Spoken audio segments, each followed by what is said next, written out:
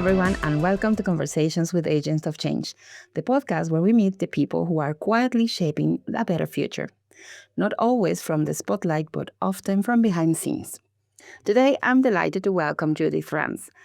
When we think about transition to zero net, we often picture wind turbines, solar farms, or breakthrough technologies. But none of these innovations can create lasting change without something equally important: the trust between industries and government, the trust between expert and the public, and the trust that the transition is possible and worth supporting.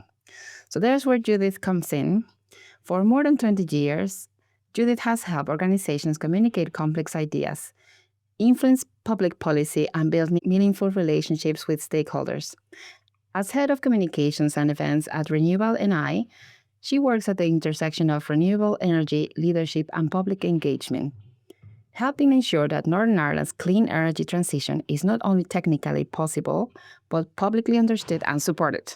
She also founded Women in Renewables, creating opportunities for mentoring, leadership, and greater diversity across the sector. So Judith, welcome to Conversations with Agents of Change. Thank you very much for having me. It was a very flattering introduction. Judith, many people see communications as promoting what already exists, but listening to your career and looking into what you've done, it feels much bigger than that. Would you agree that communication can actually create change rather than just simply describe it? I think that's at the heart of communications. A lot of people think communicating is talking at people, but actually anyone who's really succeeded in that career will tell you it's the art of listening, not just pretending you're listening, but really hearing what people are saying and then sort of looking a little bit below the surface and why are they saying it. And if you can identify that for people, then it makes it easier to sort of deliver that for them. And that works obviously for our current industry, but right across from all aspects of life. And I think that's the key. And also being a people person. Yeah. So most of the communications officers I know, we're all a very similar, we really like people, we really like their stories. Mm-hmm.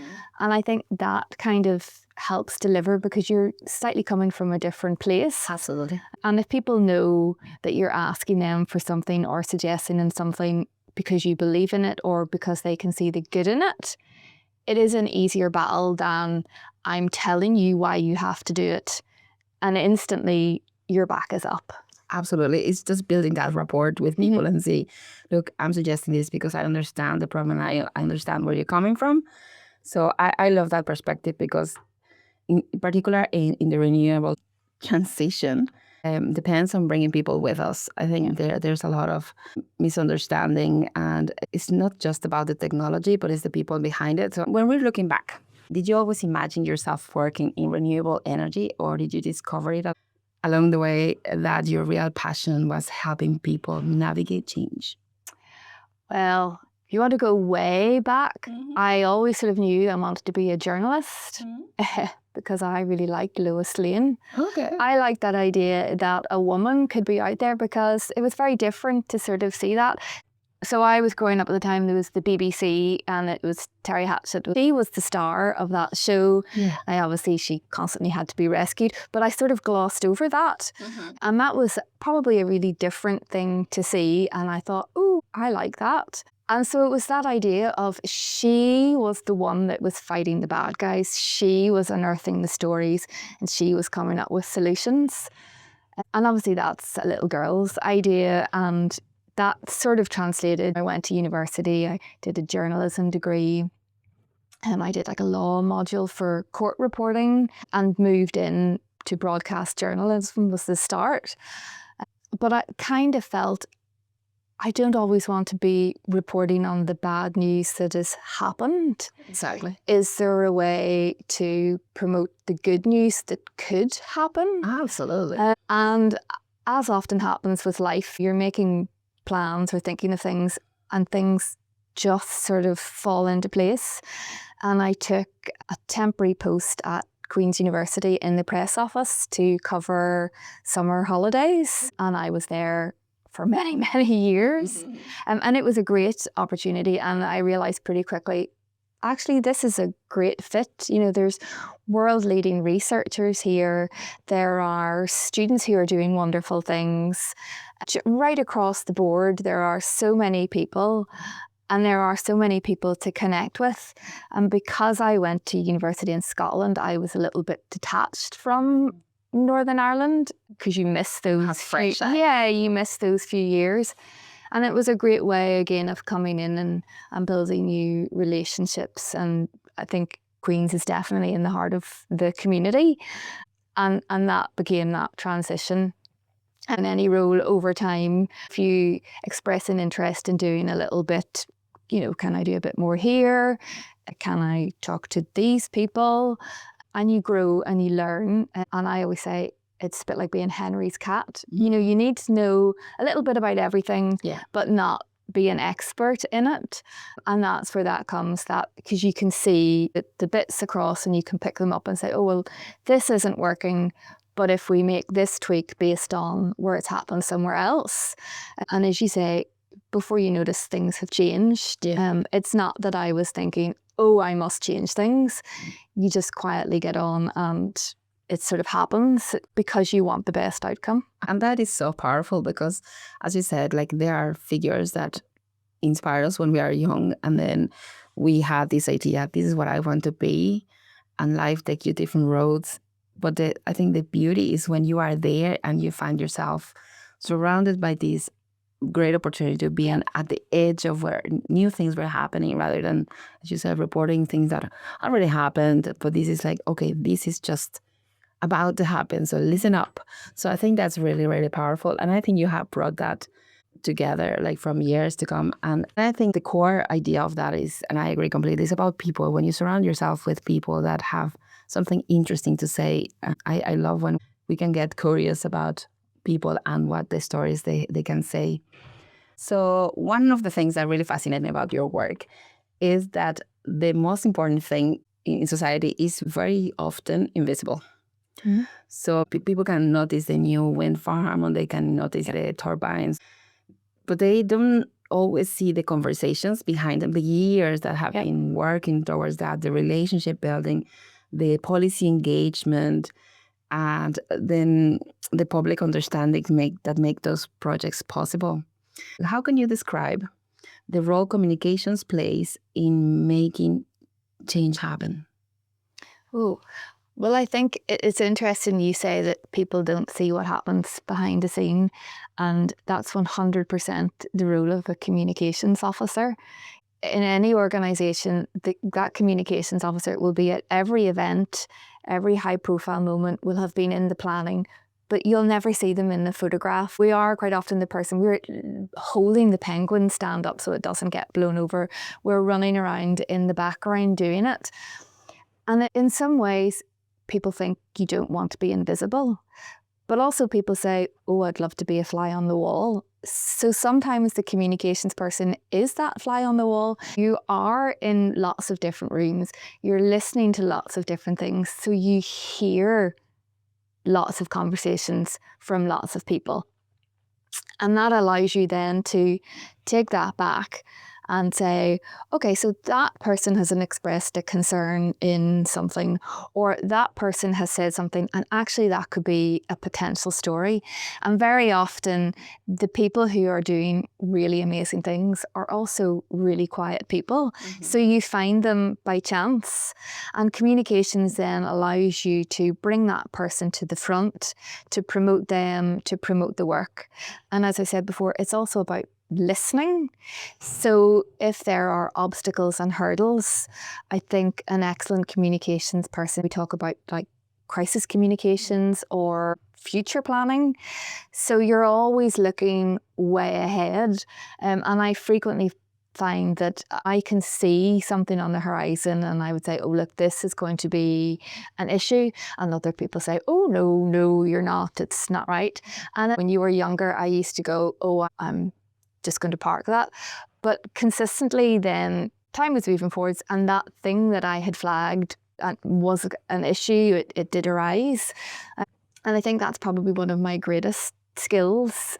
So you can see it because you can read people. So you can see what's going to become an issue.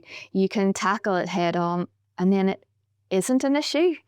And that's a real key for moving things forward, because people don't want to hear bad news. They want to see good news.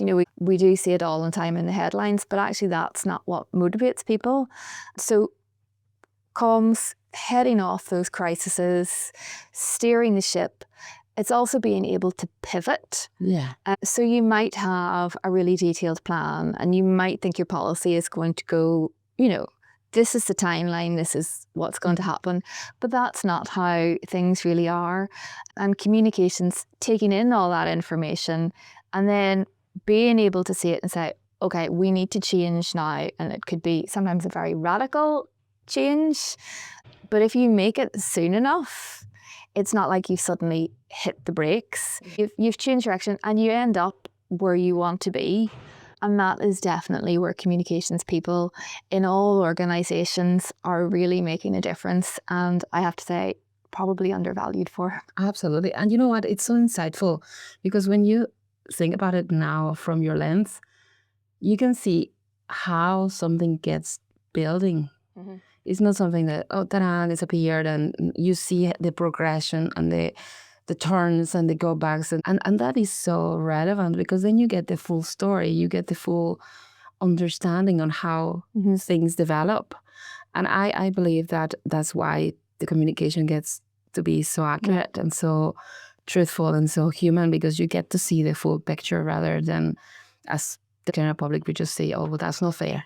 Yeah. Oh, I would have done things differently. Well, yeah, but you don't know the whole story. Maybe those attempts were tried, or maybe whatever happened. But it's so interesting to hear that from your perspective. So I've noticed that you often translate very technical policy into language that we can understand. Yep. And I love that. And that's so important. Now, I would like to hear, why is it important to you? Again, if you want people to hear your message, you have to tell them it in a way that they want to hear. You can't just say it how you want it and say the same thing to everybody and accept everybody is going to believe you. Nuances are slightly different. It is the same overall message, but it's a slight tweak. And it's also realising what's your understanding, what's the understanding of the person that is your intended audience. I have to do a shout out. Many years ago, I was in the newsroom at Downtown, and there was a man called Bob Huggins, and he's still reading BBC News. And Bob said to me, Judith, why is this relevant to our listeners? And that has stuck with me. So there's never a press release or social media posts or anything that I write without thinking, who do I want to read this? And why is this information relevant to them? And it's slightly tweaking sort of your top line of, well, you might care slightly more about the economic benefit, and somebody else might really care about the environmental benefit. So it's what's your opening line, but the rest of the story is the same. All the information contained is the same. It's just slightly adopting how you want to hear it. And I also think, especially now when misinformation and disinformation are phrases that we're hearing all the time. And there are a lot of people who just say things and don't back it up. I think it's really important, if you haven't the evidence to prove what you're saying, don't make grand claims. Yeah. Because somebody else, I'm not the smartest person, somebody else is going to pick that up. And once you do that once, that's your reputation is destroyed. Yeah. And it also means then when I'm putting out information for the wider medium, if they know that, oh, well, this has come from Judith and she has given me the source, there's not as many journalists, there's not as many time. If they can quickly find out, oh, that's where that source has come from, that's fact checked. You build up those reputations, and that, I think, is the most important thing, is trusted reputations. And I would feel that's what I've built my career on. It's very, very relevant, because that in itself builds that network and that collaboration, because it's like, well, I can trust that this person is saying the things as they are, yeah, because they have the knowledge and because they have the morals and the ethics. so we can kind of share things. And Yeah. I think it's so important. And it also comes back to, it's a two-way thing. So if people know that I value trust and honesty, lots of people tell me lots of things that they don't want me to share with Yeah. the wider audience, but they know that I will keep that information. Mm-hmm. But that information, again, it helps me when you want to know what they care in, what they're invested in. If they trust me to tell me, then I can help them. But it also helps with what I call that seeing into the future. If someone feels that they can raise a concern, that's that start of, okay, so I can address it. And for that person, very often it's a throwaway comment that, oh, well, I can tell Judith that. But if that stays and grows, then this is where things, become issues. So trust and honesty are really important in communications. I love that, yes. And it also reminds me that people in general, we don't resist the technology or the change, or we are not against it, but we resist it mostly because we don't understand it. Yeah. So the way to avoid that is to pass that knowledge, to pass that information in a way that people understand, and then we can embrace change easier. So I really like it because it's, again, building trust around that. So I would like to talk a little bit about your work with government, with industry, with regulators and communities. And, I can figure that they are usually not aligned. So how can you build trust between them, especially when they have different priorities? It's funny because generally I don't think they do have very different priorities. Yeah, I mean... Tell me more about that. Well, because, unless you think that the big industry is just about big money and self-promotion. But I'm very fortunate in that because I have my personal values, I don't want to sign up and work for a company that isn't valued aligned. I think in communications, that would be a very false narrative. No one would believe me. Yes. So in the renewable sector, it is full of really wonderful people who really believe in the power of renewables, the community benefit, the drive in the economy, but the future benefits for our planet. So they want good things. Our politicians, they also went in because they wanted good things. They want to make life better for people here. So it's just finding that route and bringing it together. And that's what I talked about, that message for different people. So we have some politicians and they really are supportive of RenewableNI because actually they can see the health benefits. We have some politicians who are supportive because they can see the inward investment and the economics. And then there are some who really are passionate about environmental issues. And that's an alignment. People want things to be better. We don't always know how it's going to be better, but as long as there is that hope, that glimmer, and the willingness of some people to put the work in. I recently said at our Smart Energy conference, change doesn't just happen. It takes hard work and determination. But thankfully, we live in a small place that's full of people who believe in it and are willing to put the work in. And also, because we live in a small place, we are all weirdly connected to people. And I think that is Northern Ireland's strength.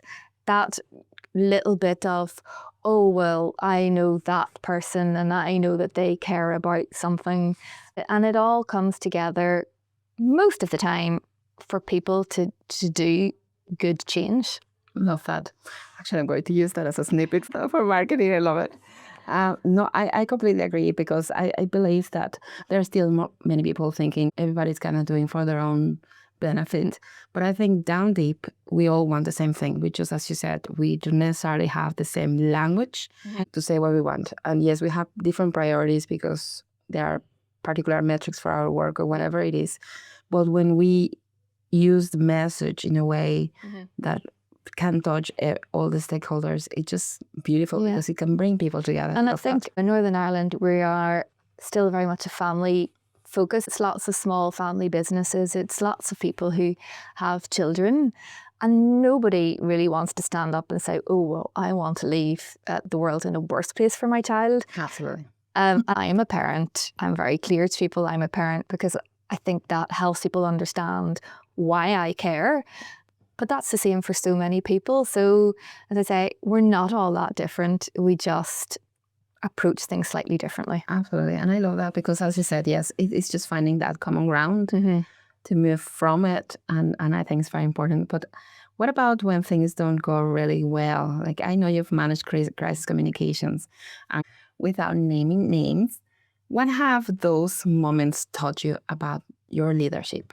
I love crisis communication. My goodness. I love it. And I think I'm quite surprised. There is something about that little bit of adrenaline. Yeah. But also, I am a worrier. And my husband would tease me, I can think of the worst case scenario in every situation. But also then I can plan for the worst case scenario. I was very fortunate when I was at university doing my journalism degree that we were very close to an airport. And the airport was doing a crisis simulation. So plane had crashed, people were dead. Again, simulation, not real. But they brought in our journalism class. Some of us were going to be journalists and some of us were going to be assisting their in-house team so that we got to see. So it was a wide plan, and this had, as you can imagine, if an airplane did crash, the amount of people. Yeah. And I came away from that day thinking, wow, that's really incredible work. Yeah. And obviously I didn't go and work at an airport and become a disaster person, but that experience, yeah. And I think most people don't get that very early on. Again, when I was in my previous role, we had you run simulations, you run plans. And as I say, things are never going to go wrong at 10 o'clock on a Tuesday morning when all your team are sitting quietly. It is going to be outside hours when people are on holiday. But if you have planned for it and thought about it, you have at least a couple of outcomes, and I call it the decision tree. And you'll see lots of those kind of things online if anyone wants to look it up. So it's X has happened. Do we go for option A or option B? Well, if we go for A, split those branches out again, what happens? If we go for B, split it out, and what happens?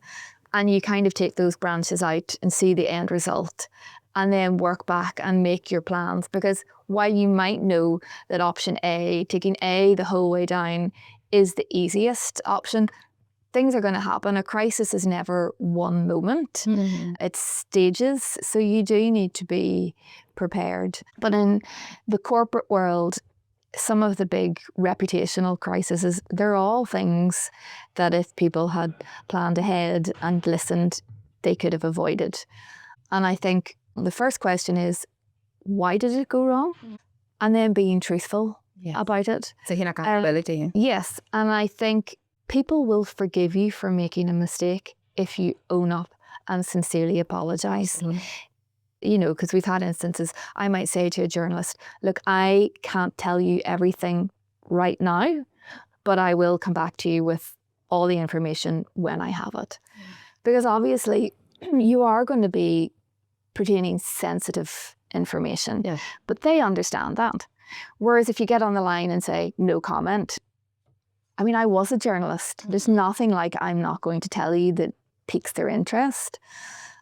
So yeah, if things aren't going well, if they're not going right, own it. And then tell people, this is how we're going to address it. Mm-hmm. And they will give you a window of time to do it. And there are examples for if people are interested, you know, when you look of companies that have handled things very well and examples of companies who have handled things very badly. Mm-hmm. And it consistently comes down to that. Did we put our hands up and take responsibility? Absolutely. I think that is so important pretty much in every layer of society and personal life, because when you own your mistakes or you own your deficiencies or whatever you want to call it, and you are willing to adapt and change and improve things, it makes so much sense for people to keep trusting you, because it just shows, okay, they're accountable, they understand that they've done this in this manner and they are looking for improvement. So definitely it helps that. And there's a lovely quote that says, trust arrives on foot but leaves on horseback. And it sounds like you have experienced that as well. So I love that. Yeah, but it's also remembering that everything is about people. Mm-hmm. So if something has gone wrong, you have to focus on who are the people that are impacted and how can we make it better for them? Yeah. And given previous roles, sometimes the issues that you're dealing with are something has happened to someone. And again, it's being sensitive and listening, but delivering. Never make a promise in work or my home life. Don't make a promise if you can't keep it. Absolutely. It's very important. I agree completely. So I would like to talk now about women in renewables because I am very enthusiastic. I recently wrote a book about carbon currency. So I've been looking into different ways to improve our energy. How are we going to do things? And I was looking into the renewables and I thought they have a good part and a bad part. So I suppose for decades it's been like, oh, renewables are fantastic and they're great. But at the same time, my own research has shown that there's a lot of waste for those, like for example, the turbines. We cannot really recycle them as good as we thought we could. And there's a lot of different things, but that's not here or there. I mean, they're still good. Oh, we are recycling and we're much better. And actually at RenewableNI, we have a new member called Blade Bridge. Okay. And as the name would indicate, they are turning the turbine blades into other things. They have a great picture on their website of a nice sheltered bicycle range. And it's made from the turbines. And I love that because I'm very curious and I'm very inquisitive. So I wouldn't like to say, oh, this is always good. I like to have the balance and say, okay, yes, just to talk about turbines, yes, they're really good. But also they have other bad things like the noise and the impact on biodiversity and whatever. And the visual pollution, if you want to call it. But they also have other really good things. And we have other technologies like to use water and the waves in the ocean, and there are so many things, and I don't want to go like specific on each one of them, but the fact that there's a group of people who are talking about this and saying, look, this is what's available and that's what we could do, and that those are the barriers that we can push to find something better. I'm at awe at that. I want to learn more about it, and even more knowing that we thought there were so many women in the industry, and now we are looking at there's actually not that few as we originally thought. There's still room for opportunity, room for growth. Of course it is. But please tell us all about that. Yes, so I'll skip back a little bit. So when I was at Queen's University, I got involved and started doing something called The Conversation. Okay. And so lots of your listeners might actually really like that. It's a website where academics write the news stories and is edited by real journalists, rather than journalists go and interview the academic and write the story. So I was doing that, and one of the editors at the time, we were lamenting the number of female writers. And she and I had a conversation, and we were thinking, well, how could we address this? And we realised that when women pitch the story, so I would ask them, did we have a little conversation? You go and give me your draft idea. They would spend the time and do a polished article. And if it didn't get picked up immediately, because sometimes you just have to wait for a news hook, that was them. Whereas their male colleagues would give me 4 or 5 ideas that were 1 sentence long. And if they didn't get picked up, they'd be like, oh, okay. And the next time they would give a few more. So myself and the editor of The Conversation, we realised there's a disparity here of time and effort, but also not taking the perceived rejection. It wasn't rejection, but that's how it's being perceived. So we used to run workshops where we would bring the academics and PhD students in and kind of help them learn how to write. I said, well, can we run one where we're not saying it's only for women, but we are kind of giving a little bit more focus. So we brought that group together, and then we were asking them, why is it so hard for you? What are the challenges here? And between us then we were able to say, okay, so that's the time and effort. If you write a full article, it takes you longer than if you write a sentence. So the not being used is a harsher sell. But why do you feel you need to write a full article? Because you feel you have to prove yourself more. And that was sort of that start of realising that women obviously I am one, but that not just in my head, how I think and feel, but that there was this wider consensus of, how we work, how we're juggling lots of things. And I then moved to RenewableNI, and we were coming out of COVID and there was a few events. So RenewableNI has working groups, and I could see there was females in the working groups. And when I went to events, I was not seeing the same number of working groups. And I did sort of wonder to myself, as you do, where are they hiding and why? And because I am in the position of organising the events, that is at my discretion. Mm-hmm. And I did a little LinkedIn poll and asked people, what could we do to encourage you in? So straight out, for anyone else organising an event, business breakfasts do not work. Mm-hmm. For most people, you have other things going on at home. So to be somewhere at 8:30 in the morning requires an awful lot of juggling for men and women, and especially if it's a last minute event. Mm-hmm. And you're also competing with traffic. Yes. So that was item number one. We are pushing our start time. So our doors generally open about 10 o'clock. Our start time is 10:30. First change, lots of people, it's much more accessible. We asked what are the times in a day that suits people. There were a few people who wanted evening, but the majority of people wanted between that 10 and 2 o'clock. Yeah. Because it gives you your morning, and then you can go back to the office, or if you're part-time, you can go home. And that was a very quick change. And then I wondered, taking this on board, could I do an event that would just be for women? Would there be the interest? Mm-hmm. And again, went out in social media, asked people, and clearly there was an interest. And very fortunately, a lawyer who was in our membership called Ruth Forbes, she messaged and said, I think this is great. I would really like to support you on this.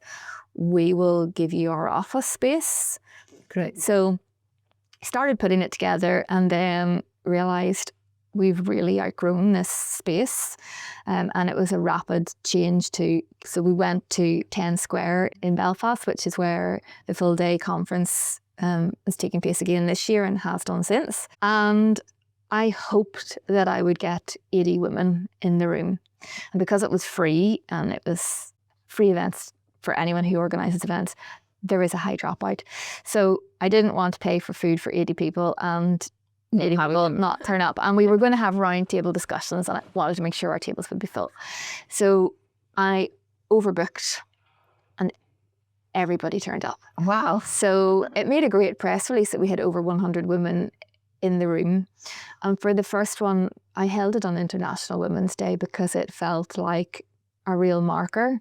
And then we ran it subsequently, and I moved it off International Women's Day. I actually have held it a little bit before, and this year we're having it in September, because I realised pretty quickly there's lots of things for women on International Women's Day. Yeah. There's not a lot for them on all the other days. Yes. So to have your flagship day on the day where they could be doing something else is kind of pulling them away from other opportunities. And we sort of had a clear idea for that day. My goal was, when I go to events and I see and hear people speaking, if someone is good, they are in my head. But if all I am seeing and hearing is males, mm-hmm. then all I am experiencing and thinking to bring forwards is males. So if I have an all-female panel of women for that first one who I knew were fabulous and really respected, that was their chance to speak. Other people can hear them. And that's where that tagline of promoting voices has come from. It was showcasing the wonderful women in the industry, sort of putting them out for other people to then pick them up, but also showing the next generation, here are more women. If you can't see it, you don't know you can be it.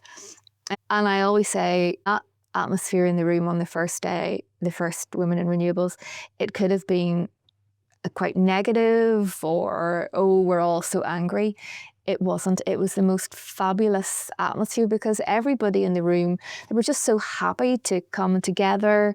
Topics were about how do we make things better? What is your problem? Obviously, I can't fix everything immediately. Like people said they wanted a mentor. It took me a couple of years to actually make that happen.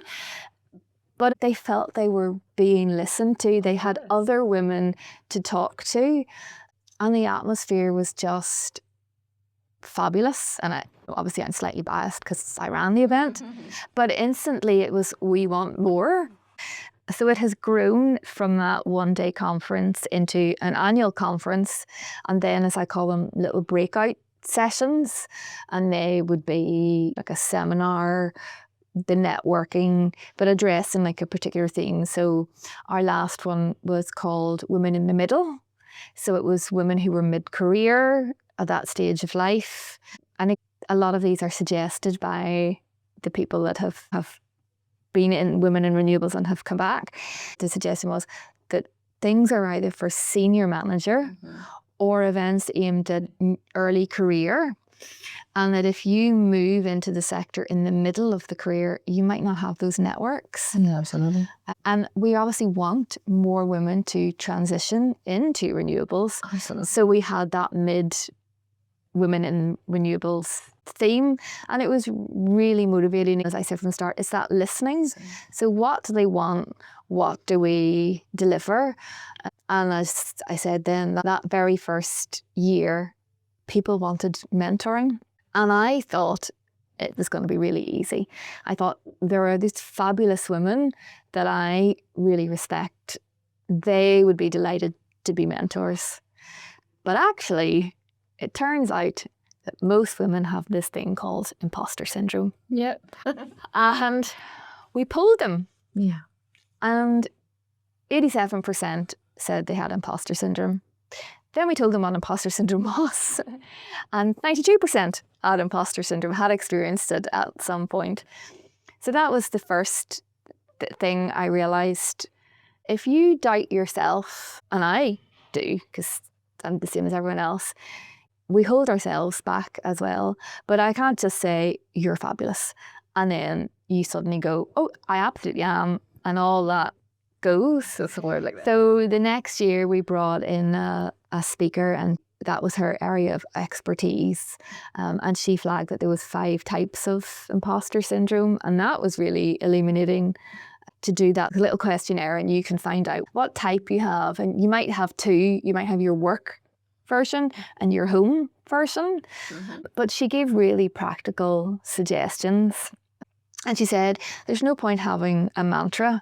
That's not how your brain works. So getting up every day and saying, I am fabulous, I will be wonderful today, that doesn't work. So she told us that you need to think of a particular example. So every day I am going to do X, which I don't like or scares me. But every day I do it, I will get a little bit better at it.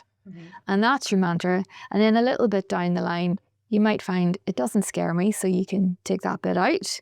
And you are making the difference. You are seeing it.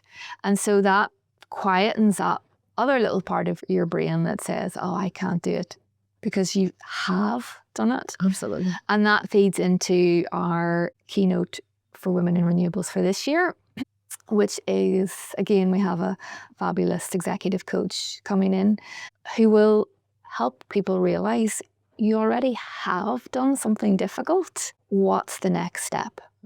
And that's where Women in Renewables has come from. I love that. It's so inspiring, so powerful, and it's just so complete. It kind of rounds things up because on one hand, you have these people who are sharing a job title or a career in that respect, but they're sharing the same fears and the same lack of confidence and the same lack of opportunities to be on the table talking directly.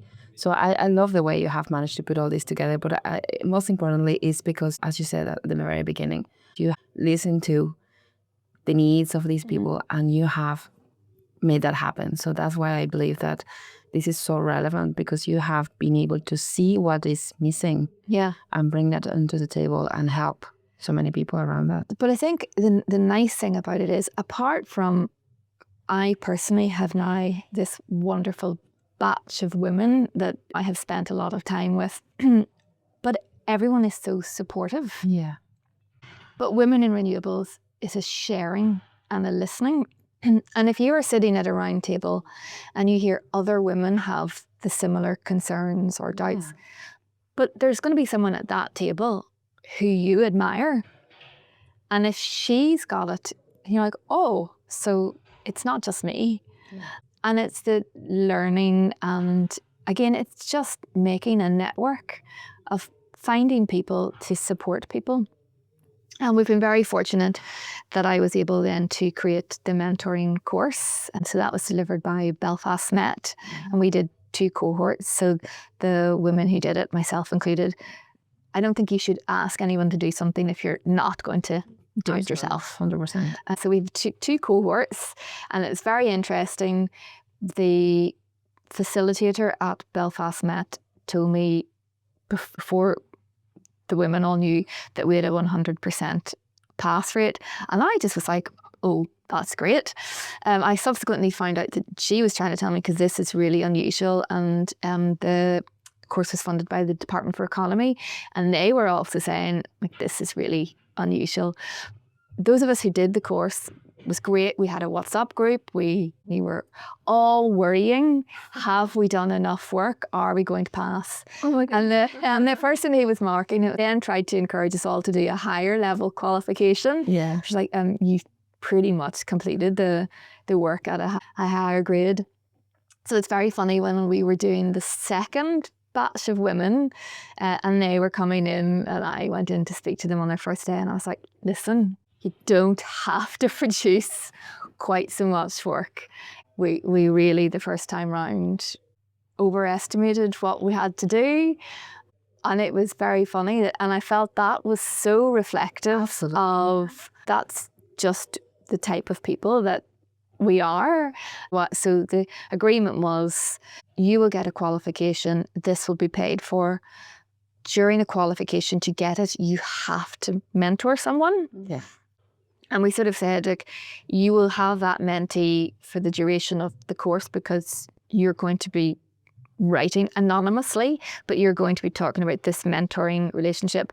At the end of the course, I would like you, it doesn't have to be that person, but I would like, if you could be a mentor for the year. And everyone did it. And the second cohort have done the same. And obviously for the first batch of us, the time is up. So quite a few of us are moving on to somebody else. That's amazing. So I'll be starting a new mentor-mentee relationship and taking that forwards. And then the fabulous thing is, there was all these unintended consequences. So I had sort of made the commitment to myself again, because I plan the events. Yeah. I can decide who's speaking. So I have a policy, no manels. That's my phrase. An all-male panel is a manel. But the women who did the Women in Renewable qualification from the first and second batch, inviting them to be speakers at different events. We had a couple of them at Smart Energy, and they were nervous, but you give them the pep talk. And because I made sure that they weren't on their own, there was more than one from the cohort, so they were able to connect. They had their own support. And once they were seen at events, like they have been asked, all those women, they were great. We have a Renewable role model page on our website, so their details are there. It means for other people organising events, I can point them in that direction, that they have had other opportunities to speak. They have progressed in their careers. There's been promotions and job changes based on the confidence that they gained from it. They have been included in publications by the Department for Economy promoting the benefits of mentoring and women in renewables. The UK version is DESNES, and we've had the Women in Renewables, they needed case studies, and I was like, here they are, here the profiles exist. So that little reach, that, as I call it, that ripples, you just start out, as I said at the start, I didn't plan to make great changes. That was a problem, and I solved it. Well, as best, Yes, I agree. But that was a problem. I was addressing it, and the ripples of change, because if you impact one person, it's like dominoes. That one person will bring it forwards. And that's how you heard about me, because somebody who had been at Women Renewables had benefited from it and mentioned it. And those women, like, I couldn't have done it without them. There is a group of wonderful women, and I'm really looking forward to September this year, being back in that room and seeing familiar faces, but also every year the new faces. Yeah. And just that phrase of just pay it forwards. If you have benefited or learned, share the information. I love that. Share the network. Just introduce. That's a simple ask we have for people. You introduce one more person to the idea. We have a funny little one. I don't let people sit with people they know. So, like, I love people and I can talk to people, but actually I'm probably a lot shyer than people think. Okay. But I also want people to be happy. So I sort of realised, if I go to an event who's on their own, and I will talk to them. And then if I see someone else who's on their own, I will invite them to come and join this little chat. And it became a running joke when someone pointed out that, why at events have you always got a little group? Yes. And I was like, oh, because I just bring in the one, and then it's easier. It takes that fear out of it.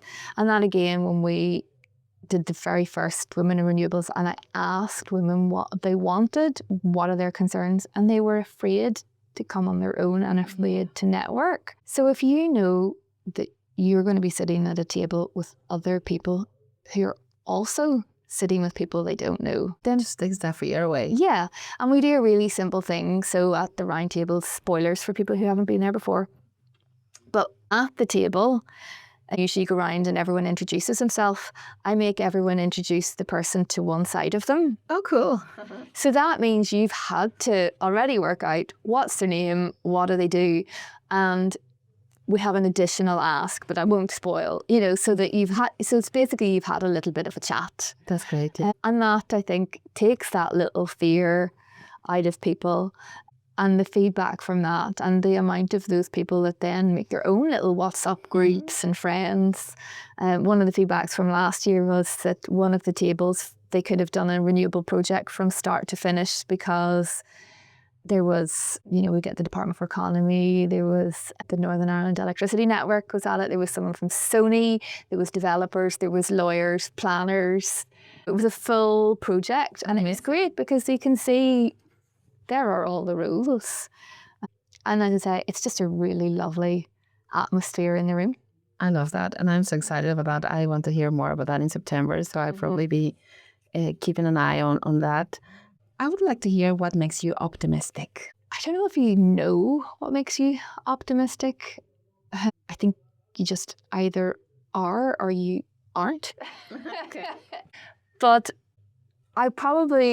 it's one of those that you maybe don't realise you're optimistic until you look back. Yes. And there's obviously, as in anyone's life, there are challenges and there are things to overcome. But I think I have always had the feeling, well, you can either curl up in a ball and go nowhere, or you can tackle things. And if you believe that, okay, today it's bad, but it will get better, then I think that's an easier battle than today it's bad, tomorrow it's going to be worse. I mean, sometimes there are times where it feels like that, but I think if that was my overarching mentality, I don't know how you could just keep going. Yeah. It also comes from having good people. Like last night, we ask many people now, because we do it on WhatsApp rather than phoning, but I was having two simultaneous conversations. So one, I was supporting somebody else, and one was a friend who was supporting me, because obviously I was coming here today. You've got this, you can do it. And imposter syndrome was kicking in, because I went to listen to the podcast and I was like, no, there's authors there, there's people who've done great things. I can't do it. She was like, you can. And that's all you need, is you can. Absolutely. So I think, I'm so glad you came. yeah, and I think that's maybe where it comes from. if you support someone and you have support in return. It's also having people to do things for. So I think lots of people publicly now know, but last January I was crossing the road and I got hit by a car, and it was quite a severe, because I was a pedestrian, quite a severe batch of injuries. And you have your time in hospital, and then you've hospital appointed physio. And I'm a question person. I like questions. And I also chatted to lots of different staff in the hospital, make lots of lovely connections, because otherwise it's just lying flat back in a neck brace. That's not ideal.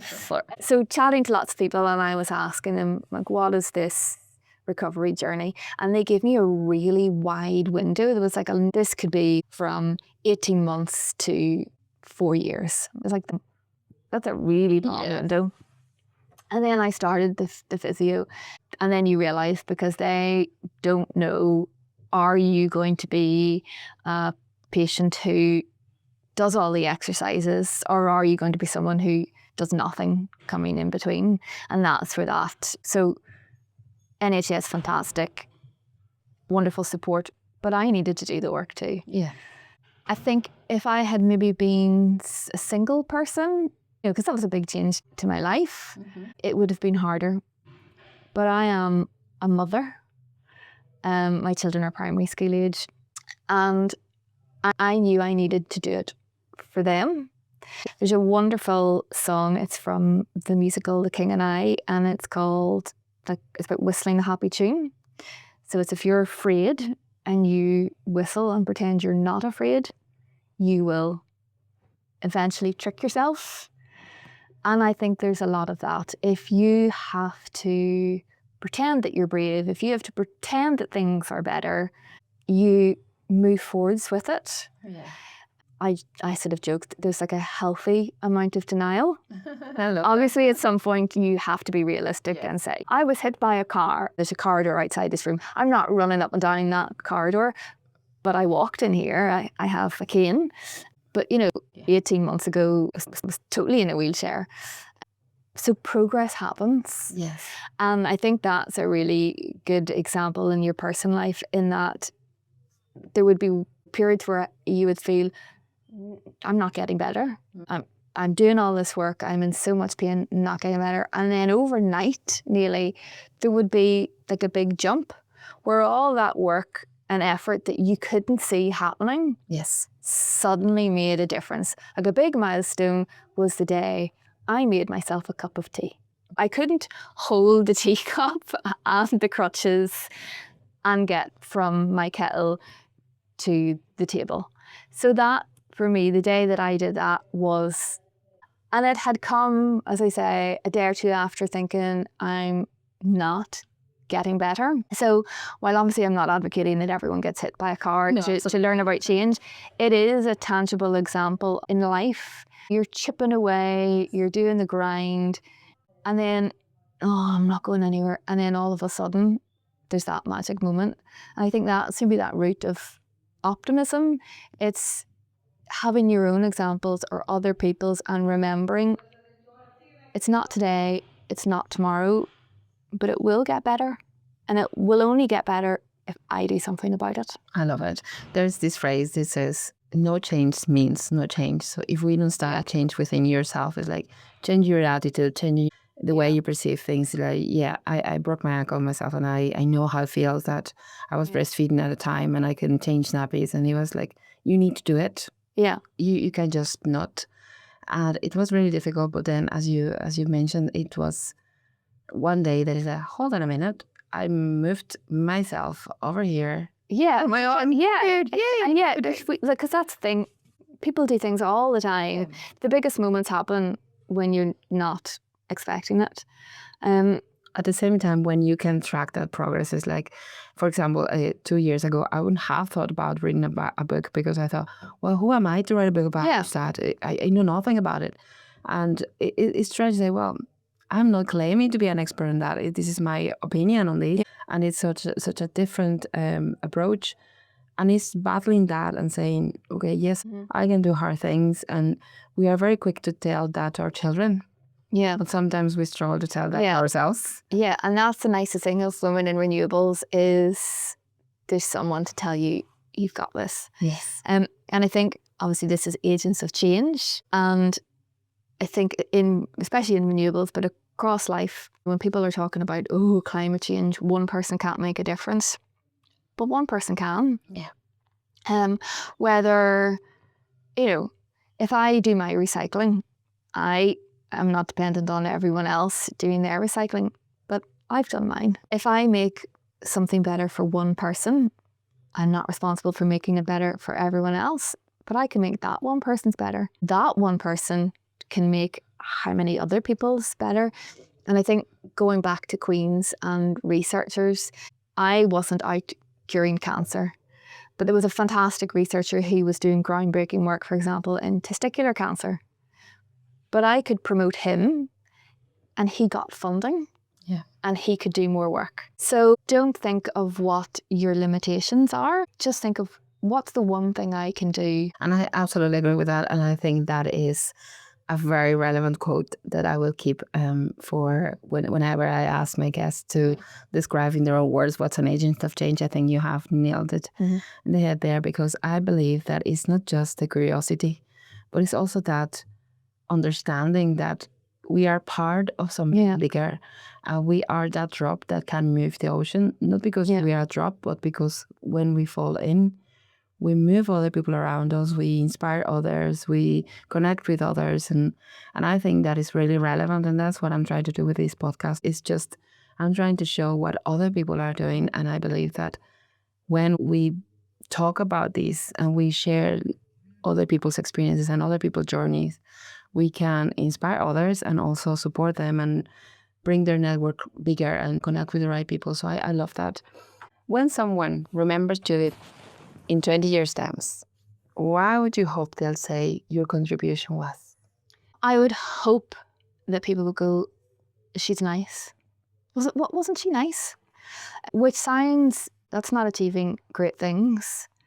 But everybody knows someone, you've been in a room and you've left the room and you've gone, oof, don't want to be around that person. And you've been in a room where there's been someone and you've come out and you have thought, oh, they were nice. Mm-hmm. So if I can make somebody's day a little bit nicer, if I can then build that incrementally. So yeah, if in 20 years people don't see bigger picture, people say, she was nice, I would be happy, because then I have left the world and left a good reputation on myself. And that's all you have at the end of your day, is your own reputation. And I think it's harder than it looks, because I think some people could lose the perception of what is important. And sometimes we would go pursuing things that are material rather than just be kind to others. I have another question for you. Mm-hmm. What is one misconception people still have about renewable energy? I think people are kind of limited to thinking it's about the environment. And that's really something with our communications at RenewableNI we are sort of addressing. It's about so much more than energy policy. It's about the economic benefits. It's about the health benefits. And that's a real opportunity, and that's where the big growth. Northern Ireland is relatively small. So where some things might be in bigger countries a smaller impact, if you're somewhere small, the benefits can be greater. A good example is if you have a wind farm, they pay rates, but unlike a shop, which is paying rates for the duration of the shop, if you have a wind farm, you're guaranteed that that's going to be there for a certain number of years. So that gives that local council the opportunity to think, well, we know we're getting that income, we can plan how we're going to spend it. And obviously I'm going to promote the benefits. We talk about renewable rewards, but I do think that's what some people are missing. Obviously everybody started out because renewables, you want climate change, you want to reduce our use of fossil fuels, but fossil fuels, we don't make fossil fuels in Northern Ireland.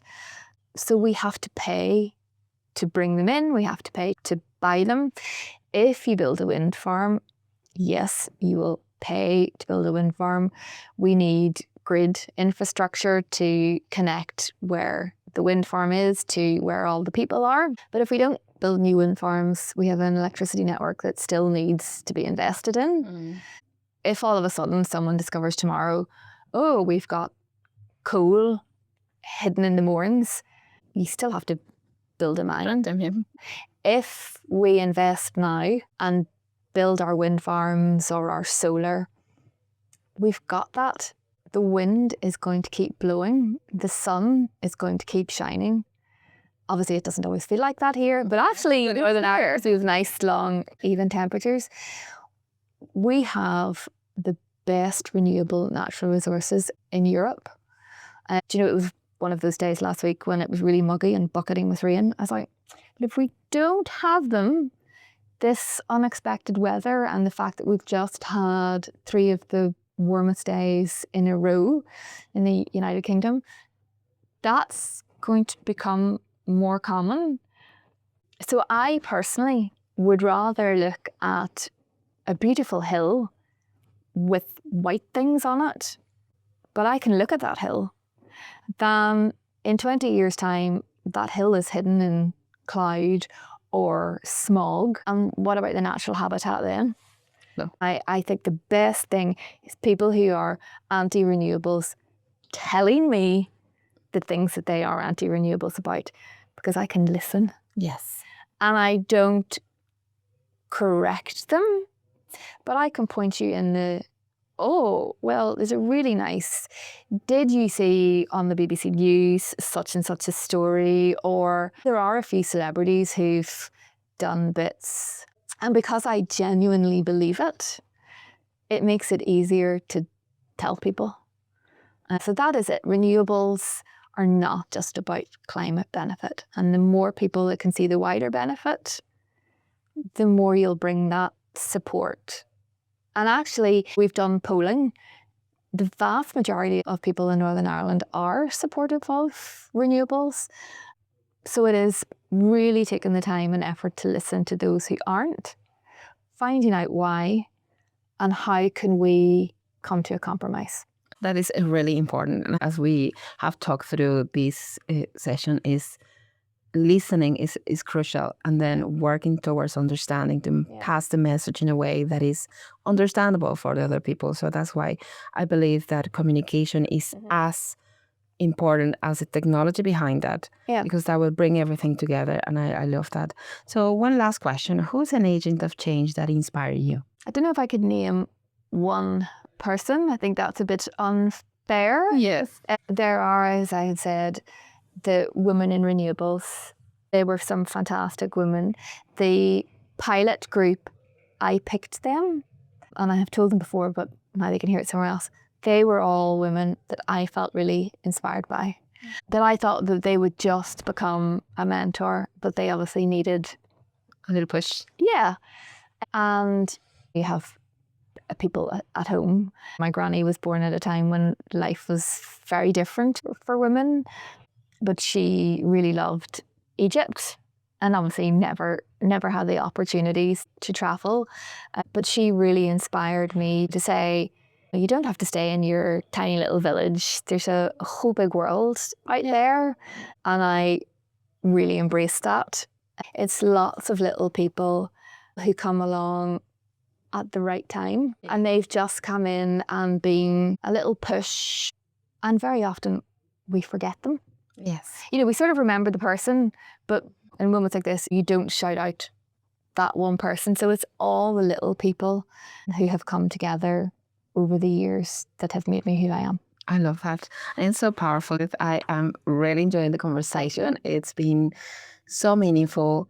And it reminds me that meaningful change isn't only driven by innovation or by policy, but it's driven by the people that help others understand and trust and participate in that change. So your career has shown that communication isn't simply about telling stories, it's about creating the conditions where progress becomes possible. So thank you for everything you are doing to support the renewable energy sector and for joining us today. And thank you to everyone listening. If you enjoyed today's episode, please subscribe, leave a review, and share it with someone who believes that better conversations can lead to a better future. Until next time, keep asking questions, keep building trust, and keep being an agent of change. This podcast is produced by the Change Impact Group.